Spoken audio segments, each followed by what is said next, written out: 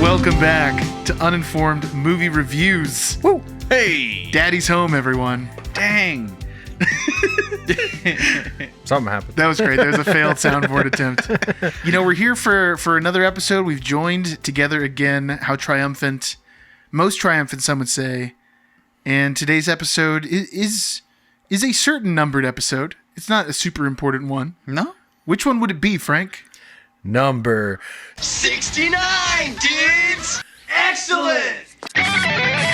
Beautiful. I know this reference now. Yeah, hey. Hey, welcome to the club. Yeah, bit of a catch-up. I finally watched all of Bill and Ted, and I loved it. These guys are actually right. You know, that's actually where I wanted to start off. You know, I'm back. Let's catch up. Yeah. So, Bill and Ted. I've seen them all. 1, 2, 3. It was fantastic.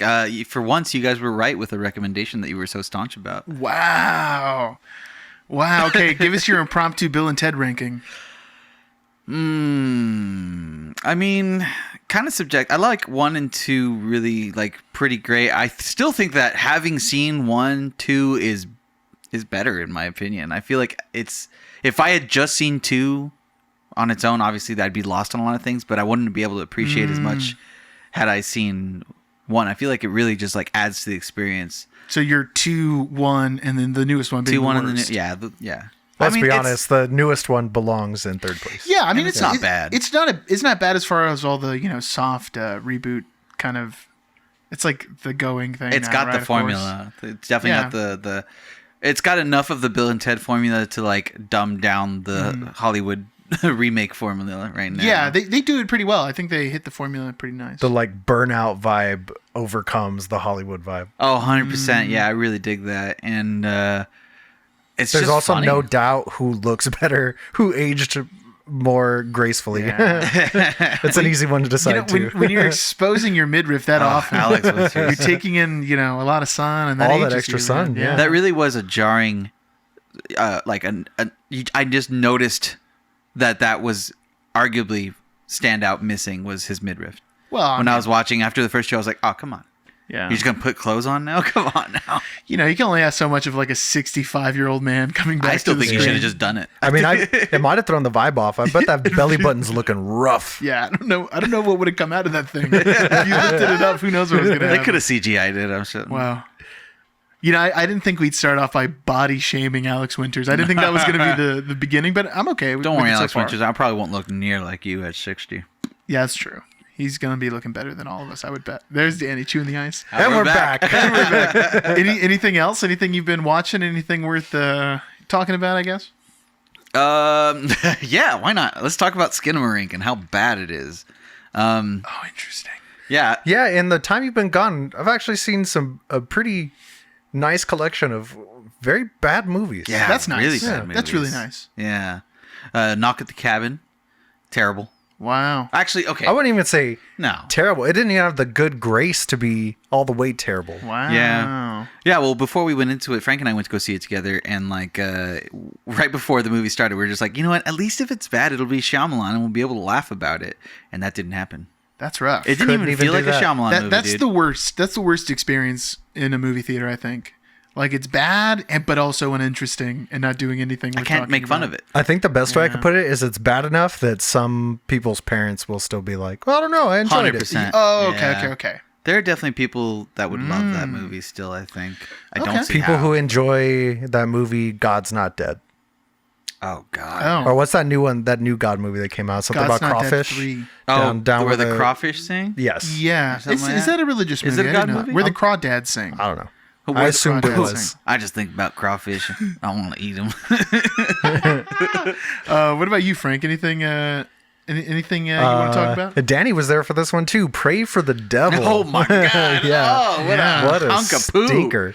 So are you guys going into these movies blind? Like, what's the scenario all right. that you keep No, stumbling so- upon these horrible? So Pray for the Devil, Grace had wanted to see. Yeah. 'cause, Okay. and then we all walked out of that theater laughing. So in that respect, That was fun. It's Okay. at least better Okay. than Knock at the Cabin. it's a good time. And to be fair, I did go in there for Pray for the Devil. Like I told them, like I'm pretty sure this is gonna suck. Like Yeah. before we saw it, and it did suck, but it was still fun. Yes, it was so dumb. It was so like bad.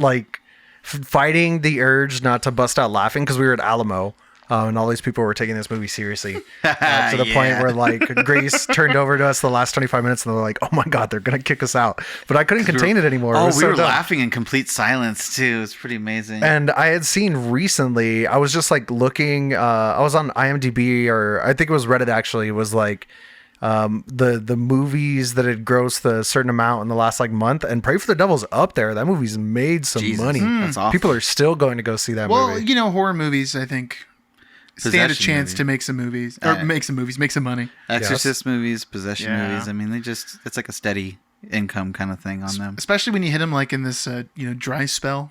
Yeah. It's like you want a little more horror. It's been a little Oh. while since Halloween, you know what I mean? Yeah. I I mean, jump back into it. as far as like decent movies, Megan, surprisingly. You know, Big surprise. everyone I watched you guys' review of it, and everyone said that it was like a big surprise, and I'm still just like, I don't know. I'll watch it one day when it's streaming, but it's just something about, I'm kind of over the killer doll thing. We You know what were I mean? too. We were too. But that's the what thing, I'm is saying. like, I'm so yeah. surprised from your response Yeah. that I should be more interested. I'll have to give it a chance. All but that's four of us interesting. went into it. Well, no. Did we see it together? I think we saw it I separate. think you guys did. We did see it separately We saw it because I separate. was on team, no way am I giving these people that much money to go watch it in theaters. But you had told me, it's actually pretty good. And I was actually kind of right this So time. I laid down the money so that I could be like, wow, you're an idiot. But that's not what happened. No, I It's love a it. bummer when that happens. Gotta love Yeah, it. hate it. Yeah. Sometimes I'm right about things, but it was. I mean, it's an enjoyable experience at least. Yeah, It's not. good time. It realizes how dumb it is, but it doesn't take it self-seriously, because it is the same team as Malignant and all that. Like, I think it's the same writer as Malignant. actually. Blumhouse. Yeah. Is that Blumhouse? No, it was James Wan James producing. Wan. There we go. And then but surprisingly good. Okay. Skinamarink, terrible. I'm sorry. I know I got off on that, but Oh yeah, that's right. You never got into the Skinamarink. it's going on Shudder. If you want to do a free trial and just cancel it again, because I looked, and maybe you'll find something on Shudder that I liked, but that you'll like. But I didn't find anything on Shudder that was worth keeping the subscription. It's a lot of like straight to streaming stuff, right? Shudder. Yeah. I mean, it is like the back room section of an old video store. Yeah. You know what I mean? But there's some people. No, who those are different movies in the back. those are movies like Eyes Wide Shut. That we're going to talk about today. Oh, I'm thinking of a different kind of Shudder. Yeah. Dude, it's the most boring movie. It's one of the most boring movies I've ever seen in my life. I don't know how it got so hyped. I really don't. And that says a lot because you really like Dune. I love Dune. I have patience in movies. You know what I mean? Like, I was joking. No, yeah, you do. I've don't- got some patience. You're not usually like, this movie was too boring. No, Or like too long. no. That's not usually the complaint from you. No, I really can't think of the last movie except for Avatar. That one was definitely too long. Oh, I did see Avatar. How funny. I didn't see it. I was going to say, after all of our trash talking of Avatar over the last few years, it was just all completely wrong. It was fine. Just about how like no one was going to care. And, Yeah. and it's like, no, it's one of the top. People love it. Yeah. Top Everybody 5. cared. Yeah. Yeah. I'm like, who's watching this? I'm so confused. And then everyone just seems to be like, yeah, it's super generic, but it looks really cool. I'm like, what's going on? That's kind of what it is. I don't know what it is. It's like I don't know. It's just like just a really comforting thing to watch. Maybe it's all the blue on screen or whatever, but it's just like, Yeah. you turn off your brain and just watch it, and it's really hypnotizing. But Blue is the warmest color. That's true. I mean, there's one Interesting. thing you can't deny, and that's that James Cameron knows how to make a butt ton of money, a boatload. If you Oh will. yeah. I mean, he seldom has a miss. Yeah. Not to purposely rhyme, but maybe The Abyss. I don't think that one made a lot of money. But that's but a good it's movie. a sleeper. It's a great movie. So That's probably one of my favorite Cameron movies, actually, now that I think about it. I think the only like new movie that I watched that I don't think you guys saw, and I didn't see it in theaters. I bought it. Was Tar, which loved me some Tar. I heard I've about been that hearing one. about this. This is Tar. the composer movie, right? Yeah, Or the conductor. movie? conductor. Yeah, and Kate Blanchett is nominated for Best Lead Actress. I think the movie's nominated too. Sick. It's going to be interesting Oscars this year. We've seen like quite a few of them, It looks really cool. even on the channel. It's cool, but it's got a weird. It kind of just expects that you know things about orchestra, which I think is weird. Huh? Well, I mean, And I'm wondering, like, Michelle, for instance, was completely not down for the movie. She was like, what are they even talking about right now? And Yeah. it's You would think she has played enough, Or just guess this hung around composer with at you this enough. point to appreciate it. it's on a whole nother level. It's not even just like, oh, I know who Mozart is. It's like going really deep into like you need to know some of the social trends going on in classical music. It's kind of an inaccessible movie. Like nobody appreciating violas for their true value.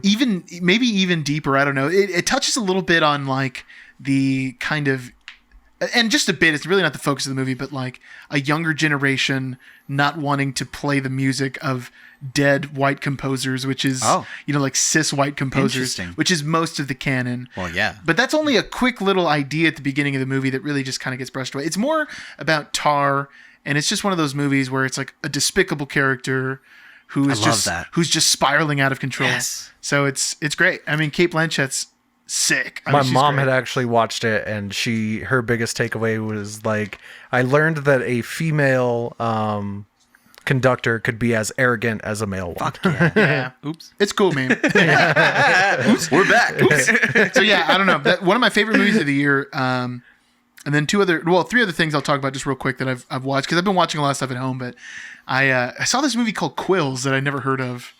Oh, It's not a fantastic movie. I think I've heard of this movie. It's kind of it's a weird one. It's like Joaquin Phoenix plays the priest who runs an insane asylum, and Geoffrey Rush is there, and he's a patient, but he's not really insane. He's just this guy who writes a lot of lewd novels. It's like a period piece. Okay. So they've shut him away, and it was basically like he had to go away like arrested or plead insanity.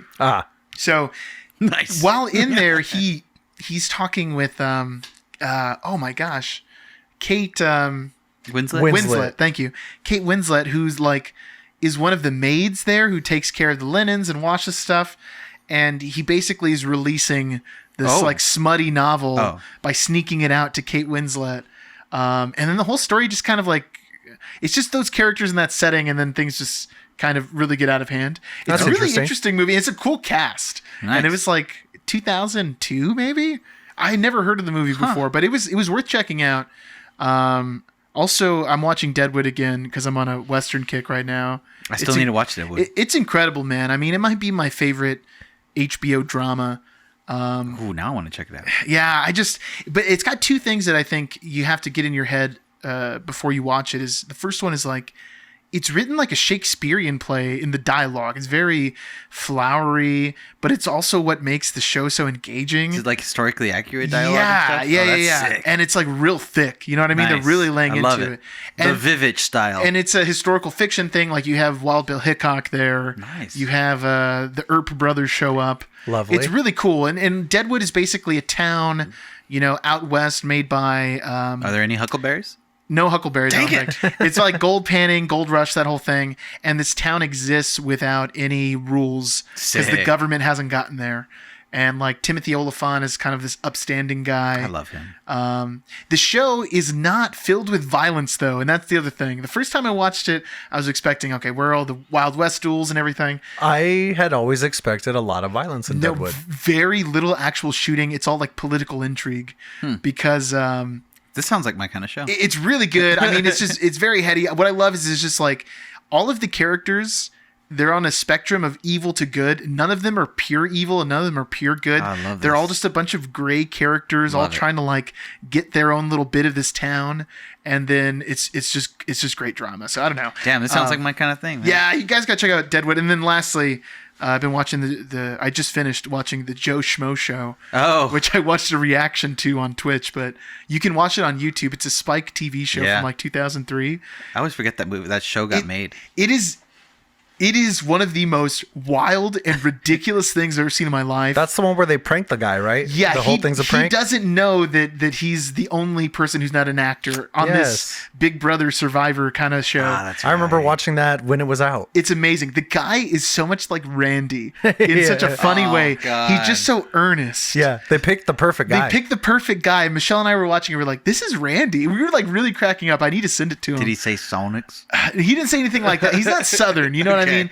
You guys will have to see it to let me know if I'm right or not. But God, the show is unhinged. It couldn't be made today.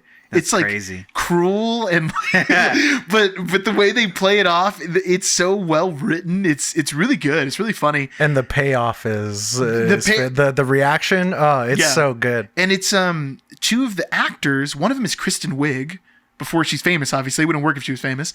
And the other guy is David Hornsby, who's Rickety Cricket. Yeah. I don't remember that. They are so good. So it's on YouTube. It's the exact opposite recommendation of Deadwood. It couldn't be less serious. That's But sick, though. If you like trashy reality shows, like Yeah, it's a good I one. say, but I don't know. So I just want to hit some recommendations because man, I haven't seen you guys. I mean, I did all those Halloween reviews, and I was gone even like a month before that, right? Yeah. I haven't been here since August. Yeah. So it's nuts. Something happened really weird. I don't know what happened. Oh yeah, right. Yeah. It's kind of interesting because like I feel like I have a lot of free time now. You know, dealing with twins. People make it sound like having twins, like your whole life is going to end essentially, especially on Reddit.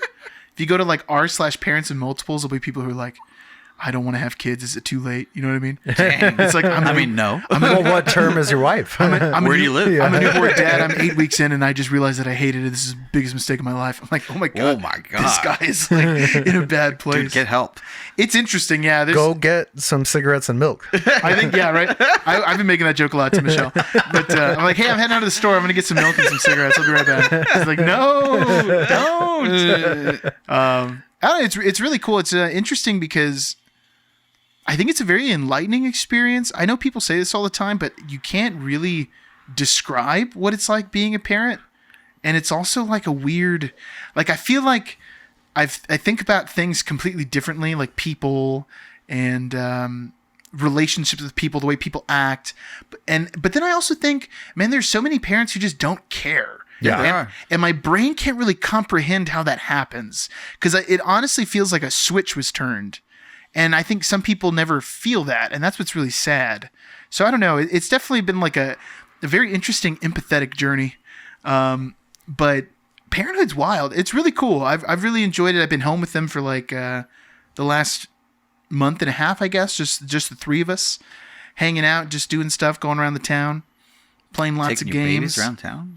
Yeah. We went. We actually Got to teach them how to drive. We went to Drax Cheesesteaks today. Nice. I had lunch with George actually. Shout out to Drax. Which George? Drax is Sichi. where Okay. it's at, man. Drax is Yeah. the official cheesesteak Of El Paso and of Uninformed Movies. Reviews. I wasn't consulted about this, but I can get behind it. Well, you know who Yeah. owns Drax now, right? Eric. It's Eric from Gandara. VMRs. That's funny because it used to be Jenny's brother's restaurant. Yeah, they bought it from him. I'll tell you guys a little bit more after we're done recording, but I went in there and he was even telling me, he was like, yeah, man, you're like our first celebrity guest. I'm like, I don't know about that, dude. And he's like, yeah. Hold out for a better one. He's like, we love the podcast. I was like, wow, that's too kind of you to say. I'll have to give you guys a shout out. Shout out, guys. But Did you tell him that we're going to give him a shout out? There you go. Go Of course. check out Drax Cheesesteaks, Yeah. downtown El Paso. oh, it's not downtown anymore. Oh, it's not. Take that back. It's by Alamo. It's off Argonaut. Oh, it's by Alamo. Yeah. Oh, that's awesome. oh, even easier. Yeah, guys, it's so good. Go immediately. Go get a Drax Cheesesteak and sneak it into Alamo. Because they probably have better cheesesteaks. They definitely have better cheesesteaks than Alamo. I can't say for no. sure. The cheesesteaks hella dry at Alamo. Yeah, It is so quite it's dry, yeah. Not a Drax. Well, we really got to get into the meat and potatoes. Enough here. about cheesesteaks. Speaking of cheesesteaks, let's get into the meat of this conversation. Today we're talking about Eyes Wide Shut. We picked something sensual for today for this random number that this episode happens to be. And I have a summary that I've written out. Synopsis Daddy has returned. He's back. Okay, real life married couple Cruz and Kidman play married couple the Harfords in Kubrick's final film. After a party, Alice Harford confesses in great detail lust-filled thoughts she had over a stranger. Like too much detail. Way too much detail. Yeah. Like, pump on the brakes, girl. Shattered. Bill goes on a New York City adventure challenging his own Fidelio. Hey. It's mostly fun and games until he stumbles upon a sex cult party on Jeffrey Epstein's island. I'm joking, but not really. It's Eyes Wide Shut. That's pretty much the movie. I agree. Right? There's a lot that... I mean, this movie has a lot of things to talk about in it. I just want to talk about... There's some loose dialogue, especially between Tom and Nicole Kidman, and it's just like kind of unbelievable dialogue. First off, I am not sure. Let me give you that preface. I'm so excited to see what this is going to be. I'm not sure that Nicole Kidman knows what it's like to be drunk or high. Okay, yeah, that is a great point. You know what? Actually, let's put a pin in it for just a second, though, because that's where I want to start off. Nice. And it's like one of the most important things in the movie, I think. But why don't we get the numbers first? Oh, yeah. Oh, what makes you assume that I brought numbers to the table? With its 159-minute runtime, currently has a 7.5 out of 10 on IMDb and a 75% on Rotten Tomatoes, if you will. 79? 75. 75, yeah. Wow. It's got the same score. Yeah, This was, because Rotten Tomatoes is a lot of older reviews too, and at the time this was a very divisive movie. I think it's gained more reputation as it's gotten older. Roger Ebert did love this movie though when it came out. He said sweatily. Made on a budget of $65 million, had an opening weekend of $21,706,163 U.S. American dollars, and will go on to worldwide gross $162,243,224. It made some money back. Yeah, I heard that it was released in the summertime. Yeah, Like July 16th. amongst like blockbusters, and it's just like the antithesis of a blockbuster movie. That's a weird move. Right around I'd his also 8th forgotten that it's a Christmas movie. Yeah, Dude, this is a November movie. It's a Christmas 100% movie. 100% a Christmas It should have been movie. released in December. You know what I mean? I'm glad we brought this up because I was like, within the first third of the movie, I was like, oh, this takes place around Christmas. Okay, that's cool. Yeah. And then they start doing Christmas shopping, and then they start doing a little bit of Christmas singing, and then they're just hitting Christmas in like so many scenes. I'm just like, this is a bona fide Christmas movie. Yeah, it's more Christmas than there's another movie I was thinking of that. Die Hard? Written off. No, I mean Die Hard is obviously the most Christmas of any movie. Man, there's another one I can't think. Well, it'll come back to me. How the Grinch Stole Christmas. That's what I was thinking of. Interesting. But what did you guys? I wanted to ask you guys before we talk about the movie. What was your first experience with this movie? Like, I'm assuming this isn't the first time. This is my first watch. Oh, this is your first Really? watch. Interesting. Is it your first watch, Frank? No, my let's start first with you, watch, I'm pretty sure it was on a streaming service, maybe Netflix, like a long time ago. I remember watching it. Okay. Maybe just after high school or during high school. Okay. And it's a movie I didn't see originally when it came out because I was like 8 years old. Yeah. So was this Netflix, like when you had to put the DVD in your Wii to access Netflix? No, it was definitely, well, it might have been around that time, yeah. Because I definitely streamed it. Okay. And it was just like a random day I was doing nothing. I was looking for something to watch and I was like, eyes wide shut. I know this movie has sex in it. Might as well check this out. You know what I mean? Not? There you go. And oh, what a ride. Okay, so you enjoyed it from even your initial impact. Oh, yeah. That's beautiful. What about Just you? like, wow, Tom Cruise got way more than he bargained for. Yeah, he really did. What about you? I mean, just general thoughts of the film. Yeah, it's my first time watching it, and I had meant to watch it eventually because I love Kubrick and all that stuff, and I need to go through everything that he's done. But you know, in preparation for this, I wanted it to be as fresh as possible. I started on Monday, and I was just like, I don't know if I'll make it before I go to bed. You know, like maybe I'll pause it halfway through or something. Yeah. I put it on, and then, man, before I knew it, I was like an hour in, and I was just like, oh, wow, there's another 90 minutes of this movie. Yeah. And I was just like, you know what? I really felt like it really hits its stride after the first hour. Yeah. And it's just like, dang, here we go. It's like two separate movies almost. You know what I mean? Yeah. It's literally like an Alice going down the rabbit hole kind of thing. Dude, and that's what I love about it. It's just like how one night just spirals completely out of control. Like he's kind of like casting his fate to the wind and just letting the universe take him as he is as he leaves his that appointment and stuff after that chick like confesses being in love with him. Yeah. But like overall, like I really enjoyed this movie. I think that it is like super like entrancing. Like there's like, especially when you get to the scene, you know, we'll talk about it too, Yeah. but once I got there, I was just like, whoa, dude, this is one of the most powerful things I've ever seen. I feel like it gives you almost a physical reaction. Yeah. I feel a little bit drunk. That's Yeah. how it makes me feel. It's like a fever dream. Like Yeah, you're like a yeah. little sweaty or You something. get a little high feeling. Like Yes. it's really weird. It's like I really, used the wrong cup to measure out the NyQuil.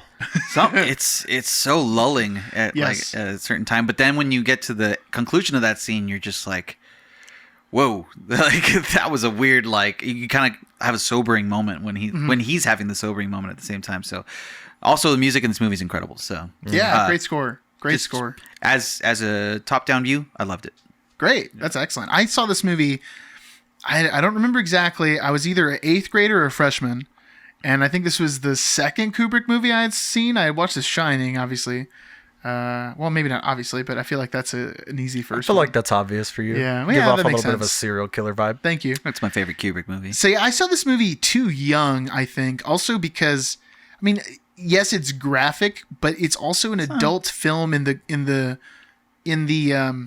way that I don't know if a kid can appreciate it or at No. least fully understand it. No. Even seeing it at like themes and 19 is probably too young. You really have to have you need to experience a full relationship, like Yeah. a mature relationship, I think, to pull away what it's trying to say. But I saw it as a kid, and then I saw it again probably around Frank's age, or well, when Frank was talking about it. It's like we're the same age. We're the same age. He's actually a little older, so that doesn't make sense. He's got dad ears now, though. But I hadn't seen it in at least a decade. You know what I mean? So that was kind of crazy. Michelle and I had been having this argument that she was saying, "Oh, we watched it. I've seen that movie. Yeah, I don't know." And then we finally started watching. She said, "I've never seen this movie." I was like, "Yeah, I know. I told you this." You would movie." know if you've She seen had this. just seen it like referenced enough in popular culture It that is- she was like, I've seen this. It is one of those movies. For I will sure. say there's a lot less.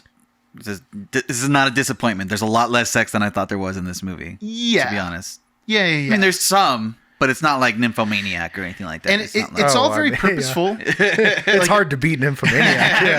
It's all got a very specific reason. Yeah. Too. You know what I mean? And most of it is not shot in a way that's sexual. or pornographic or anything Yeah, like that. or in a way that's supposed to be arousing. Right. You know what I mean? It's a lot of it is the More opposite. haunting. Yeah. Yeah. So, anyways, Mesmerizing. Yeah, Yeah. They hit the like slow-mo pan shots. Yeah. Mm-hmm. Yeah, it's so wild. I thought we should start the conversation with Nicole Kidman because, and Michelle brought it up to me when we were watching. If you've never seen this movie, you might think that she's in a lot of it, but she's really only in the first like 40 minutes, and then she returns at the flashbacks, end. like yeah, pseudo flashbacks And because it's a pseudo-flashbacks. dream. Yeah, that's weird. In a way, she's what kicks off the plot, Yes, right? So yeah. This character fails the Bechdel test for sure. Like she has no story of her own. Like she is literally an item to Tom Cruise, and that's what kicks off this paranoia that he has. it's just so weird to me, the motivation in it. It's like, okay, so they both start by going to that Christmas party, right? Or whatever party it is. A huge and expensive party. A huge, Yeah. what rich people do in the light Yes. party. Great way to think about You it. know what I mean? Like what rich people dress up and do amongst each other in a highfalutin society party. And yet there's still these devious acts going around in plain daylight. I say daylight because of the lighting shifts between the two events and stuff like that. But like, yes, they're both kind of flirtatious and stuff with other people, but arguably like Tom Cruise takes it a little bit far with like those two people. Yeah. He takes it pretty far. Like, I don't know what he's doing, but do I think that he would have made the move? I don't know. But like, she is like a second away. Well, it's interesting you say that because she is the one that says no, Yeah. whereas Tom Cruise does not. He loses the opportunity so- because something else pops up. So if you haven't seen the movie or if it's been a decade, so like Tom Cruise at the beginning, he's talking with these two models who Right. are clearly like 10 years younger than him at least. Yeah. They're very interested in doing something in a back room, in a coat room or something. And they're like literally pulling him. Oh, and, yeah. like pulling him away. And he seems like he's going to go. You He know? does. Well, it's because he's got that, and he hits it several times throughout the movie. It's his. I usually hate watching Tom Cruise. Like Yeah. I hate his mannerisms, and the only time I really hate him is when he's doing that like, "Oh, I'm the king of the world" Yeah. laugh. Yes. When he's talking to the ladies. And it's okay. So this is the toughest thing. This is one of the tougher things I had in watching this movie. Is just like, is Bill like just something waiting to be awakened in that Nicole Kidman's like kickstarts by planting this idea into him, because he is super flirtatious Incepting. and he almost seems Inception, and he almost Do we bleep that? I don't know. I was just thinking, do you have to bleep a pun? a portmanteau comes. It depends on how hard it goes, really. But like you see it later in the movie, like he will arguably once it's released, he'll pretty much bang anything that comes in front of him after a certain point. Yeah. Once that thought's there, but it looks like he's going to do it before too. But is it just that thought that like Yeah. kickstarts it all? Well, I think after they have that conversation about the dream, it's more of like a revenge thing for him. Like, Yeah. like how dare you? He seems like he have can't help himself. Considered having sex with this like Navy guy. Yeah. Yes. Now I'm gonna go bang some strange lady. Yeah. So okay. So to catch everyone up, so it's like he is having this flirtatious thing with these. I was gonna say twins, with these two girls at this party. They do have twins. and he gets led away at the last moment for something he needs to take care of. We can talk about that, but it doesn't happen. But it seems like he's interested in it. Meanwhile, Nicole Kidman, who the audience is told is very drunk, and I think part of that is supposed to play into like her being flirtatious. Mm-hmm. She's doing this very close, intimate dance with this suave. He's pretty Hispanic suave. man. You got to give him that. He's He like, really I is. am Hungarian. He's Hungarian. Hungarian. Thank you. He's That's what he Hungarian. is.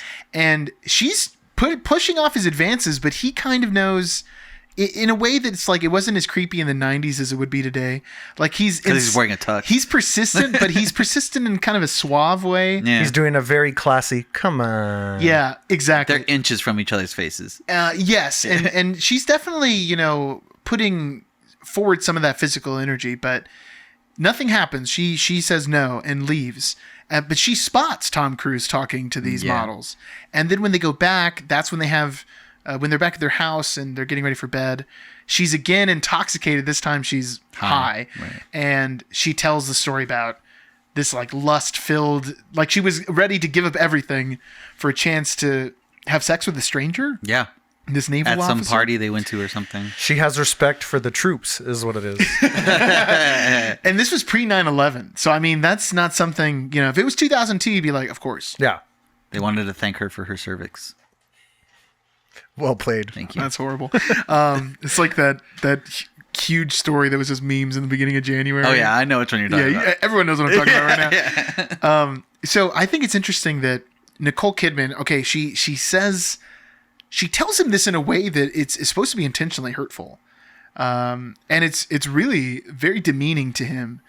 But she is also hurt by this assumption that Tom Cruise has her completely, which I think you could kind of throw up in the air. Like he's basically like, you're my wife and I know you'll be faithful to me. Yeah. So I'm not jealous of you ever. Which And then I she's resonate like- with. Yeah. But But then she's like, hang on. yeah. This is what happened. Yeah. As in a way to like kind of break him down. But what is interesting is that just that idea, because it doesn't really happen. She doesn't have sex with this Right. naval guy. And in the movie, we see all these flashbacks. But just that idea is enough to like destroy Tom Cruise mentally. Yeah. Whereas he was ready to do the same thing. Yeah. So like his whole thing is like, how could you have these sexual thoughts about someone when you're married? But it's like, you just did, dude, in the beginning of this movie. And she saw you, and I think that's a lot of the motivation behind her being so hurtful, even though it seems, I think, especially hypocritical because she's dancing and flirting with this other guy. I think also that it's what really kicks it off is like what Frank was saying a bit is like it's a shot, it's a jab at his ego. And I think that's what really destroys it because he's like, I resonate with like when you're in love with someone, you have like innate trust. You know what I mean? And I think that's great. I don't believe in jealousy and stuff like that. But I think that he thinks so highly of himself that it's just like I do that. You don't do that. Yes, exactly. You know what I mean? Like, so now that he knows that, I wasn't enough for her in a thought, Have you guys watched White Lotus season 1? Yes. No. Oh, well. It's a great show. It is a great show. I slept on it for a long time. I should have talked about that too. It's hilarious, but It's about relationships. Plop from The Office and Yeah. Alex Yeah. Daddario are married in that show. They're just married, newlyweds. And it's almost like the relationship that this turns into. Oh, yeah, 100%. Where he's just so much like, you're my wife. Like, Tom Cruise has this thing in the movie where it's so much about status to him. He's almost like a Patrick Bateman kind of Yeah. character. Yeah. Not so exaggerated. But that's what's so shattering about it is like his sexual identity is, I have a hot wife that's only loyal to me and I did it because I'm hot. And I'm Yeah. like, I'm I'm a hot smart doctor. and Yeah. I'm a doctor, and to a comedic level in the movie, he keeps showing everyone, I'm my a doctor. God, yeah. That's probably the cringiest part of his character. Pulling up his ID, Further in his ego. But it's about like he needs that status. He needs to tell everyone, and he needs them to recognize. I should respect him. I've never seen someone abuse being a doctor so many times in one. It's like, sitting. dang, am I watching Mindhunter right now? Like this guy's like an FBI agent. What's going on? He's just showing it to everyone, and sometimes it's like you're talking to the hotel clerk, man. He doesn't care if you're a could tell him he's a doctor. To the waitress at the coffee shop. Yeah, to anyone. Yeah, because he needs to have everyone know his success. That's his identity. Yeah. And that's what's so shattering about what Nicole Kidman says. I think now that we've said that kind of more realization for me. Like it was less about that before. And it might be some of this too. My kind of realization was that she didn't feel desired enough because he wasn't jealous. You know what I mean? Yeah. And then honestly, maybe it's just from boredom too. Like maybe she's just like, I gotta shake things up. My life's too perfect. That's kind of what it seems like. Not to jump super far ahead, but that's kind of what it seems like to her final statement to him at the end of the movie. Like we both had like our little adventure, whether it be like real or like in our heads. Yeah. And we should be fine now, right? Right. For a while, anyways, right? Yeah, it's a great little ending where they kind of where they both in a mature way realize, okay, you know what? It is normal as adults for us to have urges or thoughts about things. I mean, it's Tom Cruise who goes over the line and indulges in that, like takes actions towards it. Yeah. So it's ultimately her forgiving him in the end, but there's a lot that they needed a little more backstory maybe. Yeah. You know, like, because it is a book, and I wonder if the book... I heard it was really loosely based. Interesting, yeah. More of a comedy. I would love to read it. I mean, I'm not criticizing Kubrick. I think he has these characters presented in a really, I don't know. You understand the characters, but there's a lot to think about in this movie. You know what I mean? Especially with the motivations. I kind of feel like the purposeful ambiguity like works for it too. Yeah. But and that's kind of like what it. I feel like another theme of this movie is like what really is the line between reality and fantasy. It's like, did the fantasy that she had with the naval officer conjure itself as a reality to Bill? That is what makes him turn his lust into reality, or wanting to turn it into reality. And then it goes into later, like, is everything actually what it looks like, or what like the society and the thing is like? Is it actually what it's poised to be? Or is it really just his imagination going further than it actually is? Yeah. You know? And to touch on that, and actually a little bit what Frank was saying earlier about, because he goes out seeking revenge, you know what I mean? It's not necessarily a reaction based in jealousy. It's not that he's becoming super possessive of her and he's like following her around. No, he goes off on his own to show like, oh, well, you know what? I can be like someone, I can make you feel horrible if that's what you want. And it's very vindictive. Yeah, it's like he didn't get cuckolded, but his ego did. Yeah. Yeah. Yeah, he got mind cuckolded, which is rough. It's like, again, it's like, would it be this bad if it had actually happened? Or is the fantasy of it more real than the actual reality could have been? You know what I mean? More visceral, I guess. But, I mean, he still does, and I like this movie because it also paints couples as not being perfect, even though they are perfect. They are on paper perfect. Yes. Know what I mean? Yeah, it's a very mature, nuanced relationship. Yeah. Like it's not, it's not thinly written, even though it's not fully explored. I guess is what I'm trying to say. Not really fleshed out totally. Yeah, it's not fleshed out. It's up to you to infer these things. But I think it's to what you're saying. It adds to the dreamlike quality of the movie that everything is kind of undefined. Everything's very, very light lines on everything. Yeah, absolutely.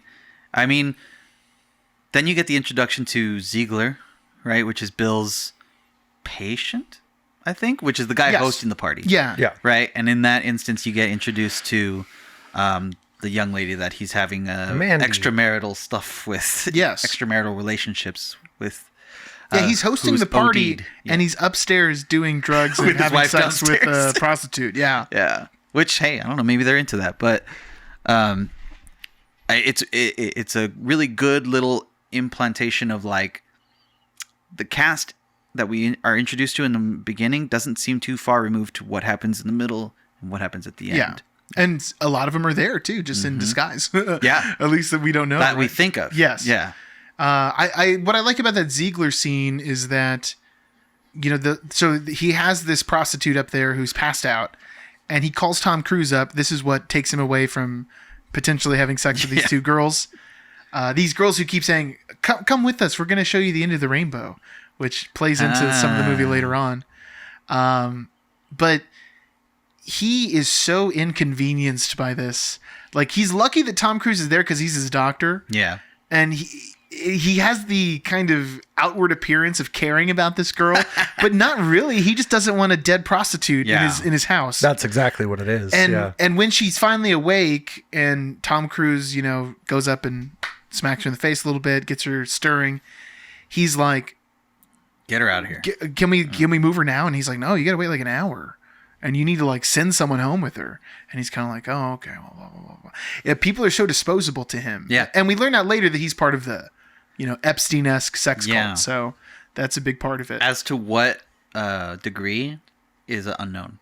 Yeah, he could be really high up. You know what I mean? Or he could just be another member. Well, I always assumed he was the guy in like the captain's hat. In the and red that cloak? lady next to him. I thought he was the guy in the captain's hat his wife. too. Interesting. See, That's up on the balcony and kind of looks at him and gives him the, That's what I thought too. how you doing? I think that it's a literal red herring, the red cloak herring with the red cloak guy. And it's just like, you might think that that's Ziegler. And I thought about it for a second too, but I think it's it's there to make us forget the nuance of when he makes eyes with Bill. Because it's clear that he like notices him. And I had always assumed Red Cloak guy was the old man that hands him the note from the other side of the gate. It could be. Because that guy looked evil. I do think because a lot of the plot balances on like people instantly recognizing Tom Cruise when he walks into this party, just by and the I'm kind of eyes. like, how? Like, Well, no one is really that short out in the road. that's what it is. Yeah, it's his size, and they don't show this part in the movie, but he's always running down the hallway. Yeah. So they're like, that's Tom Cruise. It's like right when you pull up to the mansion, there's like a one of those height bars. Like, you must be this high to orgy. yeah. And he didn't notice it, and everyone's like, He keeps jumping on the furniture. That's another quick thing to hit on. Now that we know this later in Hollywood Secrets now, but I mean, the amount of audacity that they have in just framing Tom Cruise to be of equal height with Nicole Kidman. Yeah. In the beginning of this movie, especially, I'm just like, come on, dude. She's 5'11". There's one shot where you can see his shoes, and there's one where he's got some boosties on for sure, man. Wow. I just laughed like so loud when they showed him getting ready for the party, and I was like, get out of here.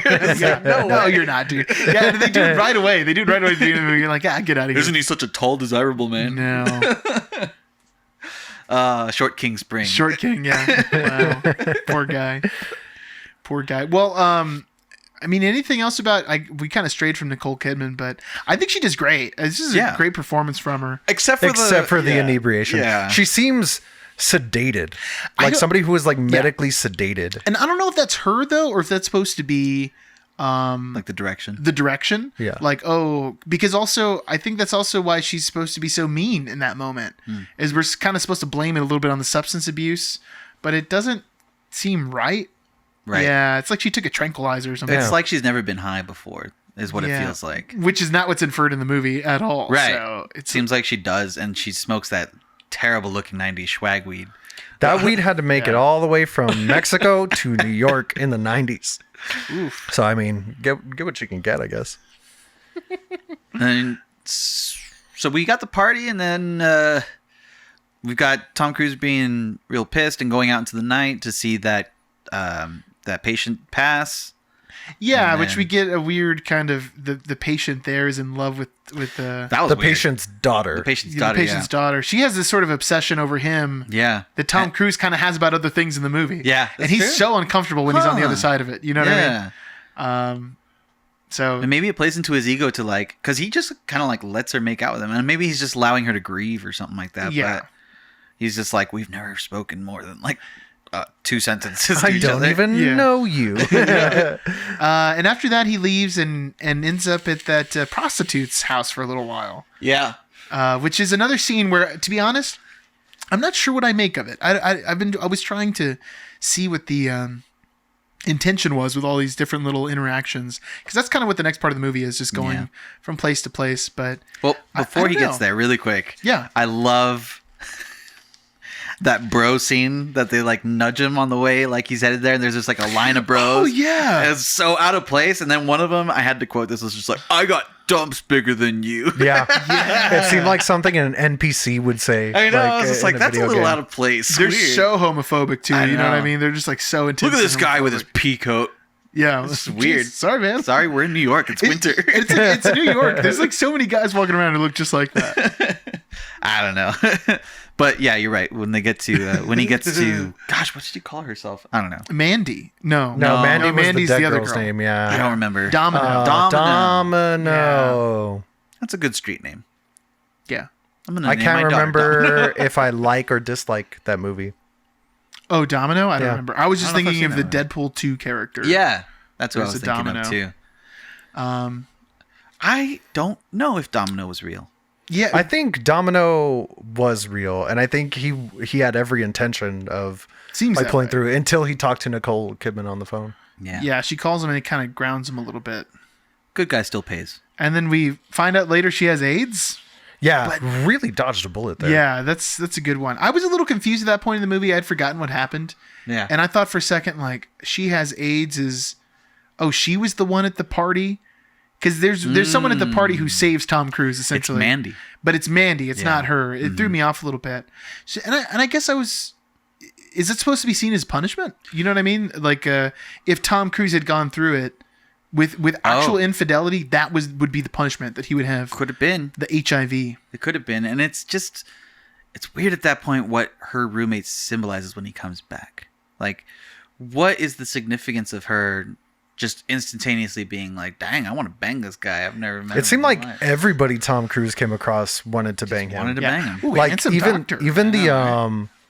the hotel receptionist when he goes to find Nick Oh, Alan the Cumming. day afterwards. Yeah. Yeah, Alan Yeah. Cumming. He instantly was like, take a little slice off of this little cake. They cast him just because of his name. My Actually. favorite Nightcrawler. Yeah, he's good. I love him in GoldenEye. GoldenEye is. He's just a great actor. He's hilarious I in love that Alan movie. Cumming. Is he the bad guy in Spy Kids? Am I remembering this correctly? I don't think I've ever seen Spy Kids all the way. Like I've seen I parts think of he it. is. Now that you say it. Well, he's could got be. some weird name like Flavio, Flaben, Fidelio. Fidelio. Thank you.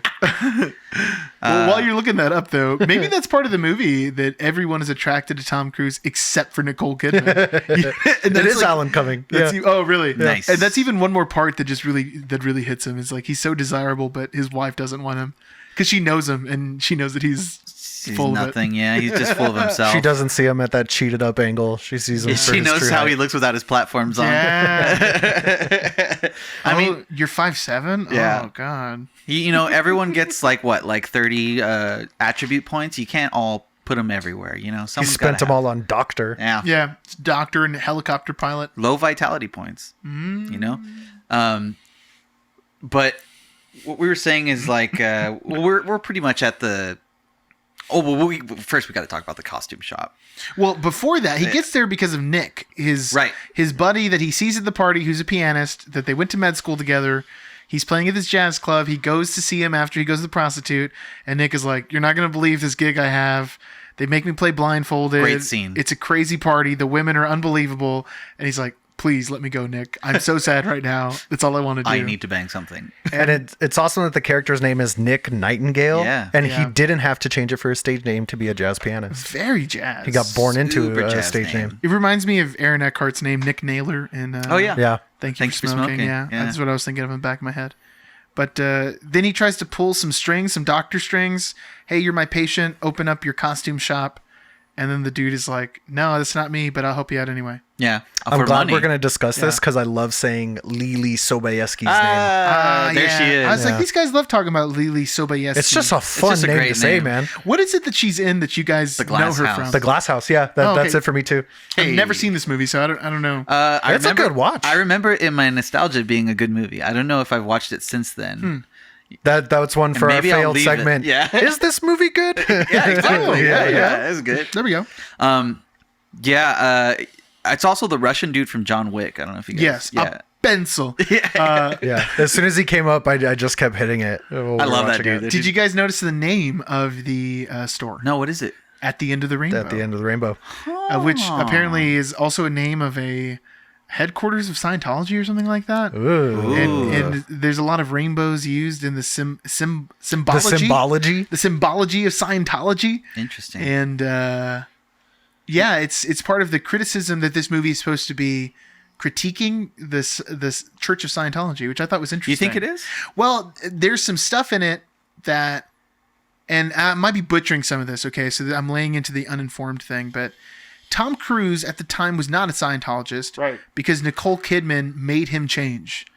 She was like, I'm not going to marry you if you're a Scientologist, and I'm not converting.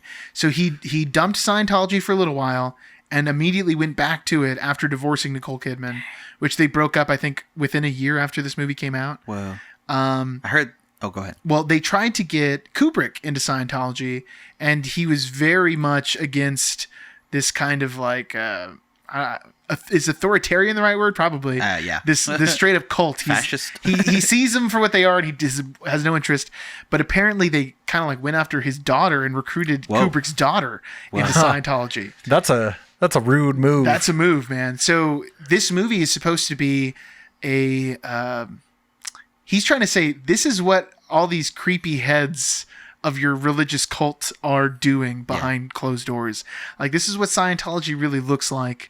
That's the point of the rainbow thing. I always pictured him more Scrooge McDuck, like swimming in piles of money. He has a nice estate. I saw his estate in a interview.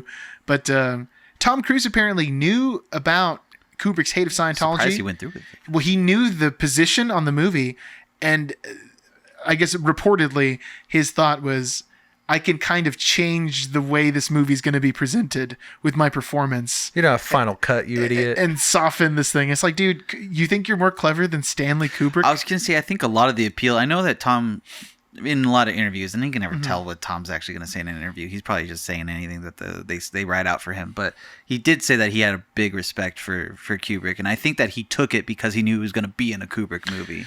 You know that's another thing too. Like, the chance to be in a Stanley Kubrick movie. This came out in 1999. It's 12 years after Full Metal Jacket. Yeah. So he's been gone for a decade, and it's like, Stanley Kubrick calls you, you're definitely going to drop anything to be in that movie. He's apparently done pre-pro on this movie for forever. Yes. Forever. They filmed for 400 days. Yeah. So it was also like this like super unheard of lengthy shooting schedule, a bunch of reshoots, but that's also part of the reason, and this I didn't come up with, this was an interpretation.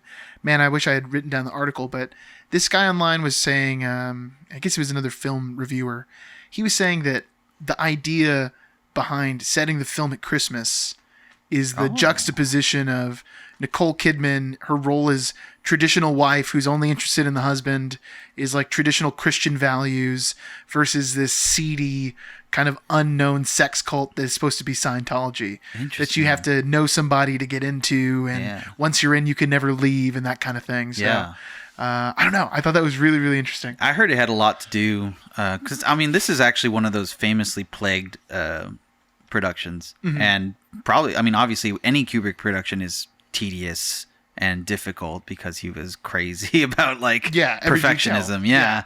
And I mean, there's a lot of rumors on it. I mean, a lot of the rumors also say that it really strained their relationship to Kidman and Cruise, because they were away in London shooting it, or for like a year essentially.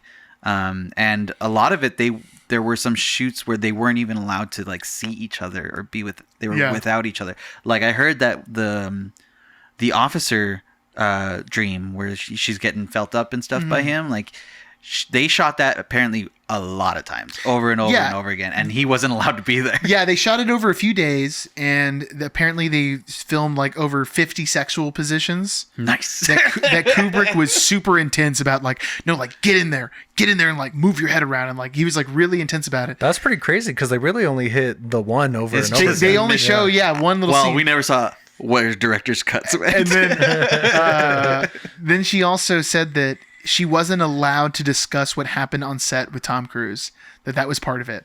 And like any notes that they were given were separate, and they weren't allowed to share with each other what the notes from the director were about their performance. So he purposefully was trying to build up animosity between them, but it worked a little too well, I think. Well, I mean, art imitating life. I don't know. Hollywood relationship. How long were they going to last anyway? That's true too, especially with someone who's Like him. little wacky. Yeah. It's also like, I heard that he really strained Cruise, obviously, which is crazy to think because at that point Tom Cruise was megastar. Oh yeah, you know what I mean. So it's for him to be able to put up with that is just crazy. But apparently he almost broke Tom Cruise by like making him enter a door scene like 80 times. Yeah, or something like that. I remember reading some things. They were saying that some of them would be unusual to do like 200 takes. Of just hitting the same thing over and over again. To be fair, though, Tom Cruise is a man who joined a cult. He's got a mind that's pretty malleable. Well, it's perfect because he kind of reflects the character in this movie. You know what I mean? It's like the most perfect casting you could ever find. Dang, I didn't think about that. But I also think that Tom Cruise seems strangely the most human he's ever seemed. Dude. Every time I watch a Tom Cruise movie, he seems like an android robot, or something. In this movie, he seems like an actual person. And also, like, I really love his performance in this movie. He does really good. I hate on Tom Cruise all the time, but I was able to kind of turn off my brain to the Tom Cruise of it all. You can actually see him emote in this movie. Yeah. And like work through things as he's like, because there's a lot that's unsaid. His facial reactions when she's telling him the story at the beginning of the movie is like beautiful. Or It's even so just good. like during the dream where she's telling him about the dream of Yeah. her banging all those dudes and him He's her got- laughing He's at got him. that Kubrick stare going on, just like Yeah. And even him with like Domino and like just like encountering things throughout that night. Like there's a lot that's not said with just like what he's thinking. Like he's just like, I think the night's trying to tell me something. I should go see Nick Nightingale, or I should, you know what I mean? There's just a lot that's unsaid, and I'm surprised that he was actually able to pull it off because he just seems so one dimensional in like everything. You know what I mean? And everything past then. I think I've only liked Tom Cruise in like 3 movies. This is one of them, and then I think he did a decent job in the War of the Worlds, which is the I like that Spielberg movie. one. Yeah, I like think that's that a great movie. movie. Yeah, Hey, are you not a fan of Magnolia? I've never seen Magnolia. I haven't seen it either, but it's another big drama role. Have you seen that movie? Nope. It's a P.T. Anderson movie. Apparently, P.T. Anderson visited the set of this movie while they were filming, Whoa. and he was like, "Would you like to be the lead in Magnolia?" And then he was like, "Yes," and that was how he got cast in that role. I'll be done in like a year. And then it was like 7 years later. Actually, yeah, it's crazy, but Yeah. So I guess we're at the orgy, right? yeah, we're here. So he pulls up after finding where the address is, and Nick writes down on a napkin the password Fidelio, Which is a cool thing. It also means fidelity. You know, it's like It does, but I also read that Fidelio is a reference to a Beethoven opera. Mozart. Oh, is it Mozart? Okay, so it's a Mozart opera, and then Well, Nick tells him that, like, he's like, Oh. "What's Fidelio?" And he's like, "It's an opera." right, Mozart. but the opera's subject matter is one. I don't remember the character's name in it, but one of them actually has to go into a disguise to save the other. Yeah, I think it's a woman. I think. Yes. Yeah. So it's even a little bit of a. He's so heady. Well, it's all these. Yeah, he loves his little details, right? What a Mozart Kubrick crossover. That's And I what was we just, needed. as he was writing it down, I was just like, so close to fellatio. Missed out. It's all Danny could think about from that point on. That was last week's password. Well, no, it was the second password that didn't actually exist. Yeah. What's the password? Orgy. This is great, man. I love you, Sonny. So yeah, he arrives. Yeah, to the X-Men mansion. Takes a taxi Takes a taxi. to a rich person party. Yeah, there was mistake number Come one, on which now. they tell him, you know. Yeah. But yeah, you get into this ceremony, and dude, it is a fever dream. It's Yeah. Dude, I love the intro to this scene. Yeah. It is incredible. I was actually talking to you a little bit about before this, but like, just going into the production of this, the original score written for this scene by a person named Jocelyn. I'm gonna butcher her last name. I think it's Pooks. Actually, Okay. She was like some. I was expecting some really long name. No, Yeah, me no. too. Me too. Well, I was it's expecting spelled- something like Scandinavian to come out of his mouth. No. She was not well known, and apparently, like Stanley Kubrick, like reached out to her or the assistant, his famous assistant, who's Leon Vitelli or whatever his name Okay. is or something. He showed up in a couple other movies, but like apparently Leon Vitelli was actually playing the guy in the red cloak in the scene. Oh, that's cool. And Leon Vitelli actually found this composer. He reached out to her, and then Kubrick like really liked her stuff, and then like he grabbed the tape from her, more of her stuff, and then like the next day he was just like, okay, let's sit down and let's like talk it out. And she was just like, he wasted like zero time, but she was saying like in a juxtaposition as to like what people think Stanley Kubrick was like on the set, like megalomaniacal and all that stuff. Yeah. He wasn't when it came to like dealing with the score and dealing Interesting. with. So he was meticulous with her, but like he apparently gave her pretty much free range. He just gave her some like notes, like he wanted it to be insanely dark but like passionate at the same time. And he said let's make sex music. That's the quote. Interesting. That's cool. Yeah. You know, he actually didn't get to finish putting in all the musical cues himself either. Interesting. It's one of the things that like because he had died right after, well, before the movie came out. He had just given the final cut to Warner Bros. And then he died 4 days later. Yeah, he showed And Cruise and Kidman, right? Yeah, and it was one of the things that like they hadn't finished putting all the music in the movie yet. So it's cool that was something he really wanted to put in there, because I couldn't help but think while watching the movie like, I wonder if he would have used this Shostakovich piece so many times. Man, Is that the point? I don't know. I don't know. I don't know. It's great though. I love the soundtrack. This song is called Reverse Priests. Ooh. And Are you sure? Let me see. I'm pretty sure. At least on her album it is. I don't know if it is on the soundtrack. You would think it would. You would think it would be. But it's Oh yeah, it's definitely Pook. Oh, and she has a couple things on here: the naval officer, the dream. yeah. She wrote Masked ball. Oh, I forgot about this. That they have Strangers in the Night It's actually- playing at the Oh, party, yeah, which I yeah. think's hilarious. That is Masked Ball. Masked Ball on the soundtrack is that, but I think she called it on her own original album, Reverse Priest or something okay, like that's that. cool. And she did take it is Romanian Gregorian chants, like Orthodox Gregorian chants, and played in reverse. And then she orchestrated like the strings around it and stuff like that, it's so haunting. I mean, it's Yeah. that's so amazing. Such a vibe, like pulls you in with the strings at first, and then the chant starts.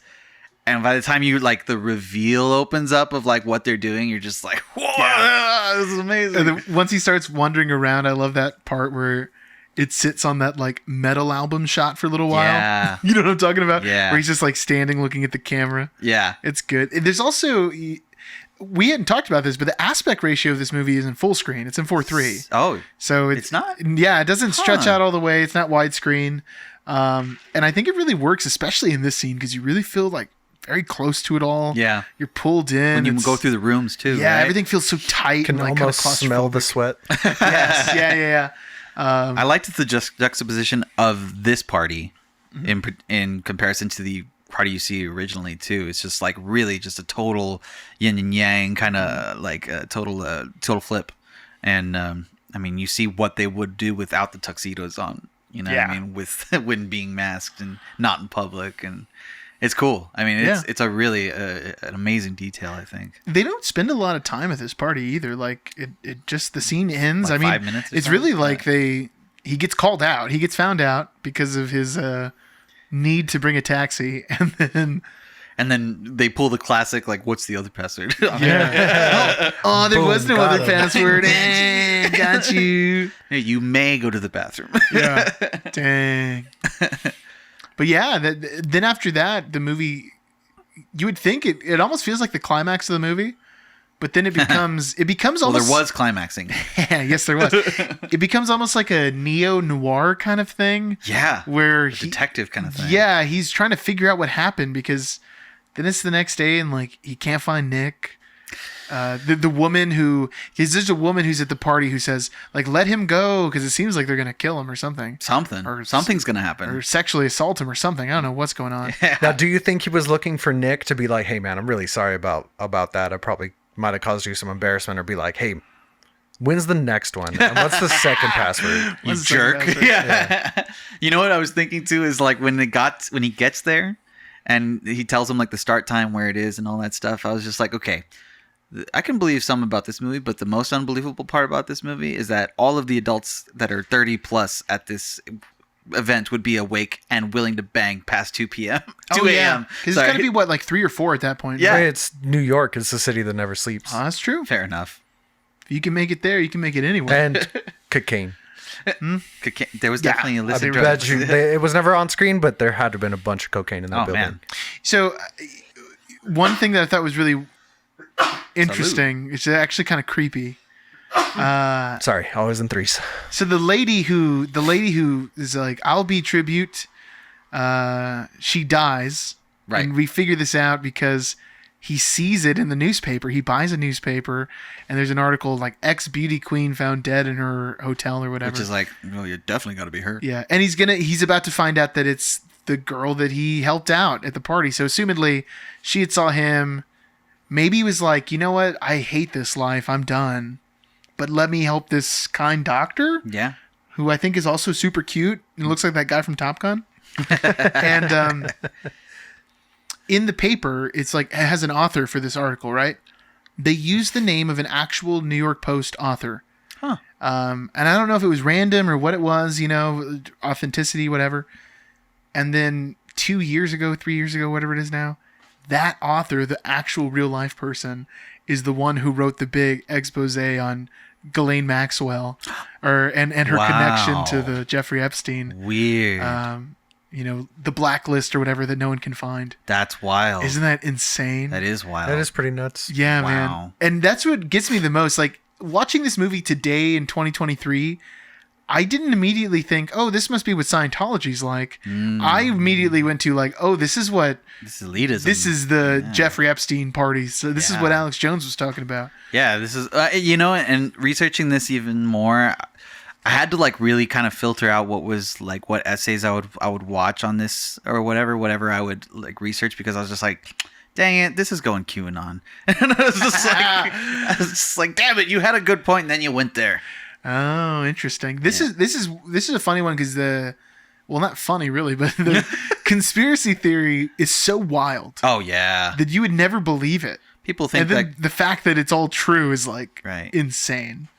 well, and then people think that Kubrick was killed for this movie too. Oh, interesting. Well, apparently he was in good health. Like, he was fine. And then he just died. I don't But know. if you're going to go that far, the movie doesn't get released, I feel right. like. Yeah. I mean, they got Scientology money. They got money if they wanted to. If they had the power to take it down, they would have. You know what I like that theory, though, because then that puts Kubrick in, like, 2 major theories, like him also filming the moon landing. Oh, yeah. Which is pretty crazy. This guy just has such a Hey, sudden deaths will do that, right? sudden death. Yeah, I guess so, right? Leaves it very ambiguity, Ambiguous. ambiguity, ambiguous, like the movie is. Like when that guy McAfee died. Remember Pat that? McAfee? No, not Pat McAfee. Is it McAfee? The guy who has The guy who invented John the McAfee security. or John. something. Is it John? I think it's John McAfee. But I mean, that guy was playing with fire for a yeah, I mean, What he happened, was though? he was positing things. I mean, it is the guy that made like the antivirus stuff. But I like, hate yeah, that what's stuff. his name? McAfee, yeah. Your subscription is McAfee. expired. Yeah. McAfee. Yeah, McAfee. Yeah, but his I hate first that name. stupid subscription. Is it John? I think it is. Anyways, he was like sputtering a bunch of nonsense and like just being an edgelord and stuff like that. And then I think he OD'd or he died or something like that. And He suicided. yeah, he suicided himself. And then he made like some posthumous tweet that his assistant put out or something. And everyone just like spawned all these. I mean, that guy had moved to like an island Yeah. and got his own army and started like a turf war with gangs. That guy. What? Yeah. This is a wild story. He I don't know the is story. wild, dude. Yeah, look up the McAfee Okay. story. It was only a matter of time till he turned up dead. Interesting. Okay. So sudden deaths will do that to you. I mean, if we talk about this anymore, YouTube's going to pick up on this conspiracy theory. Yeah, this And is they're- all in jest. They're going to permanently flag us. Satire. Satire. Yeah, we don't believe any of this. Except that 9/11 one. Anyway. Man, I don't know. I don't know if there's anything else. Well, it's like the whole noir thing plays out pretty cool about like because there's a few main things that happen. Like Tom Cruise realizes the consequences of everything. Like he realizes like, oh man, I almost got AIDS. And oh man, like these guys could straight up disappear me. Yeah. Until he talks to the doctor, and then he's still not really sure. Like, well, like, should I really be as scared as I am? Because if I'm being honest, I'm terrified. Like, am I going to disappear? Yeah, because everyone keeps telling him, stop asking questions. Yeah. And he's like, no. They've let you When go. he's getting followed, when he's being stalked through the streets by Lord Varys in a trench was coat. awesome. Dude, that scene is amazing. when they Yeah. stop and they just stare at each other for so long. like, that scene's awesome, dude. This is the scariest Stanley Kubrick movie. It's scarier than The Shining. I don't know if I'd go that far, but it is cool. Yeah. Yeah, I would say this is scarier than The Shining, but The Shining is more sensual than this movie. Oh, No, I'm just ironic. kidding. Wow, you're right. Though. That bathtub scene gets Frank every time. Hot take. I think that the best part about the ending of the movie in general, the whole, not the ending part, but that ending come down from the climax, is that it's like, again, the ambiguity. Everything is believable that it's not as bad a situation as he thinks. They didn't kill her. She OD'd. Or Domino wasn't real. Or Nick actually did get a flight back to Seattle. They just can't prove Yeah. that he died. You know what I mean? And it's just so much of it is left unproven that it's just like, is he just making this stuff up because he's paranoid he's going to get caught? Interesting. In my head, it all happened. That's my takeaway. But I do like that it is a debate. It's like a Pulp Fiction briefcase. You know what I mean? Then you get the what is it? The telltale heart or something moment with the mask. The mask being on the pillow Yeah. on the bed is the one that's like they're just trying to prove a point that they can come into your house at any time. Do you think they did that? I think she found it. I thought. No, I think you don't think she found it. I think the assumption is supposed to be she's asleep. You know what I mean?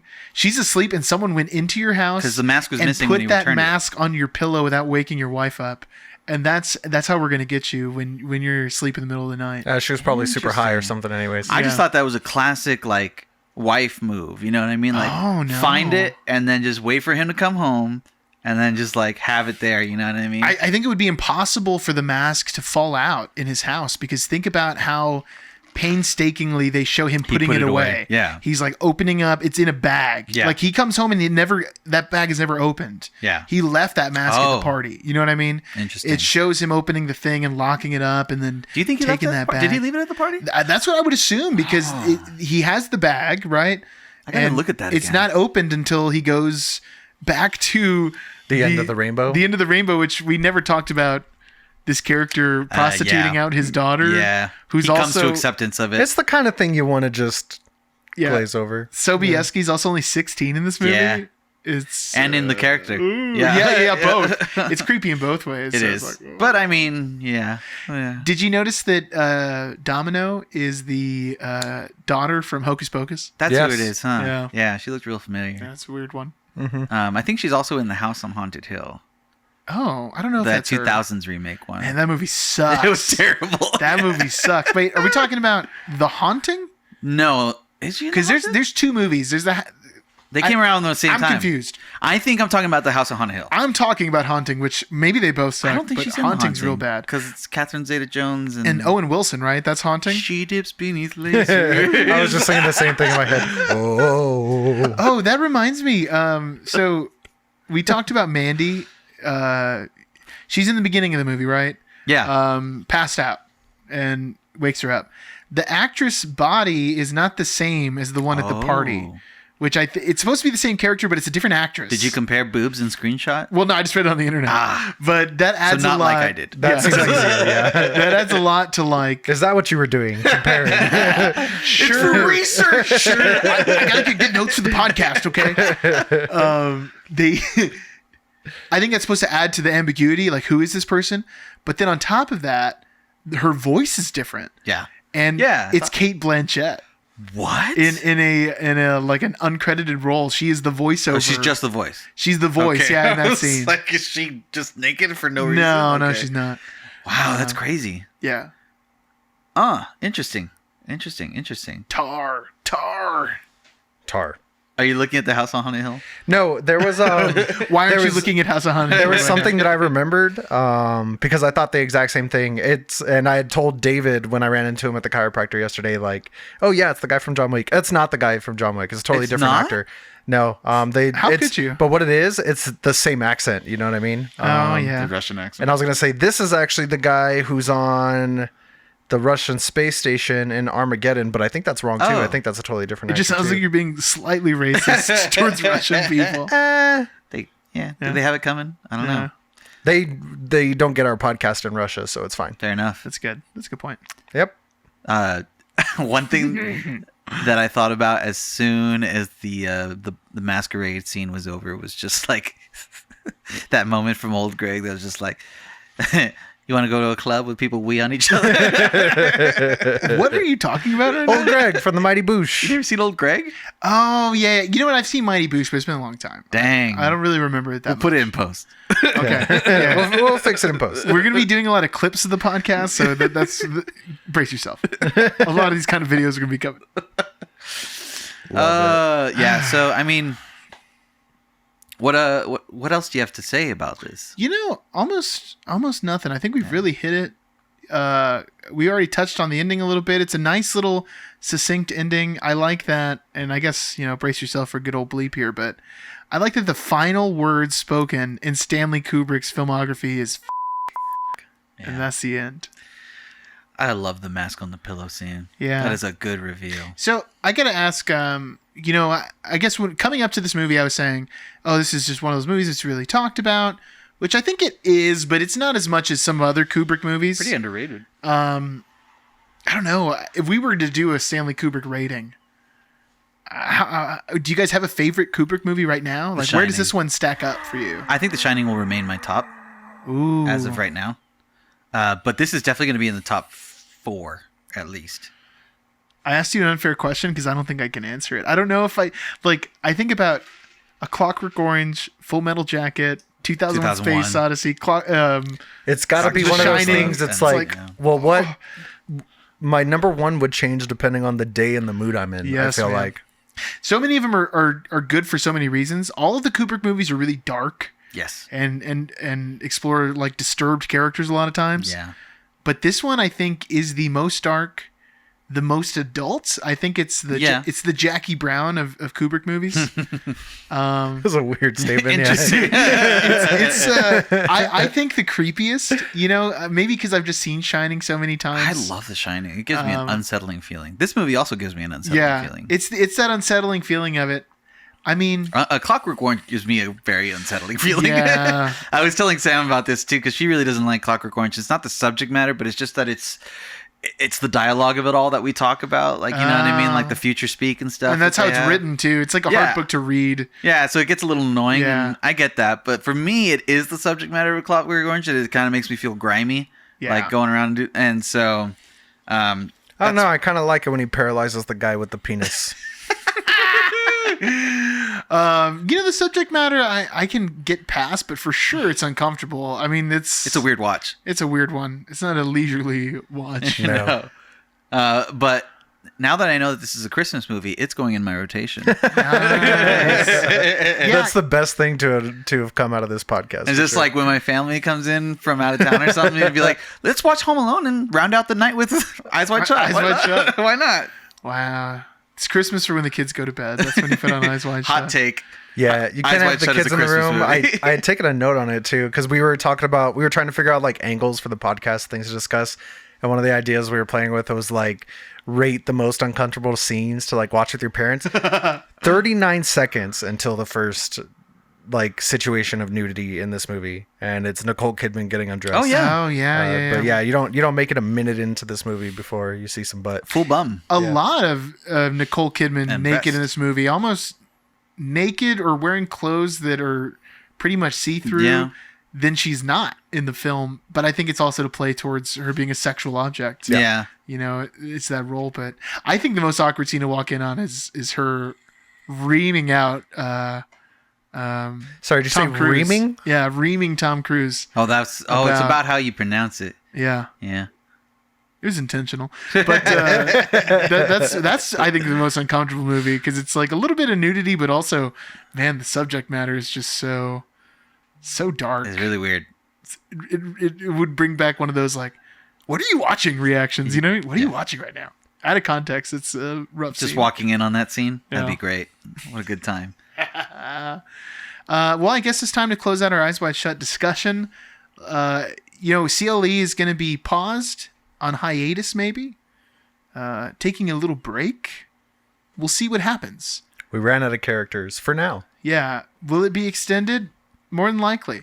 But in the meantime, we thought let's keep the spirit of CLE alive. So we're going to end our movie review with our own little Hemingways, our own little 6-word reviews.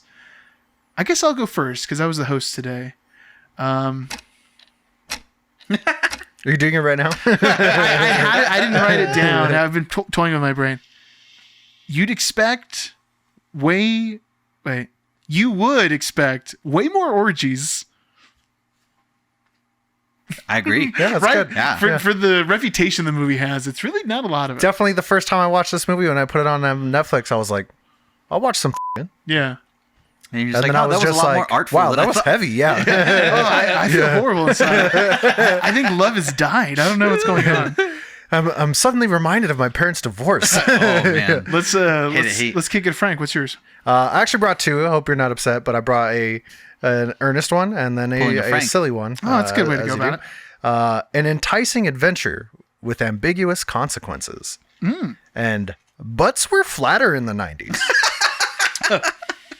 Not a wrong observation. Whale tails. It was mom also butts. like not attractive. Yeah, butts weren't a thing back then. No. You wanted small butts, Which is crazy. When did Baby Got Back come out? You know, it's weird because I'm a fan of Sex in the City, and there are moments I thought in. you were going to say it's weird because I'm a fan of butts. I'm a fan of giant fan butts. I am, and it's funny because when you watch Sex in the City, they do talk about having a big butt as a negative thing, Yeah. It totally that's- was. which is crazy. I think late 90s, early 2000s. And then J Lo came around and just ruined everyone's expectations. Yeah. 1992 Baby Got Back, but Yeah. it was a subculture thing. Yeah, I wasn't ready yet. As It a subculture. it was on the rise. Sir Mix-a-Lot was ahead of the time. He was. Sir Mix-a-Lot was predicting the future.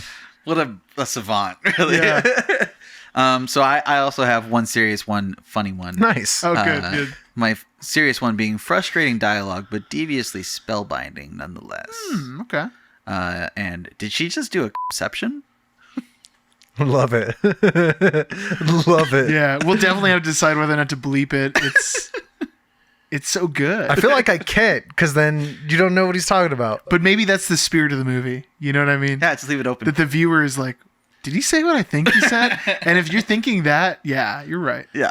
I'll just right. see if I can just bleep out, which will be bleeped out there, so it'll still that's be what I'm talking about. a puzzle. That's how Yeah. it should be. Like, what did he put there?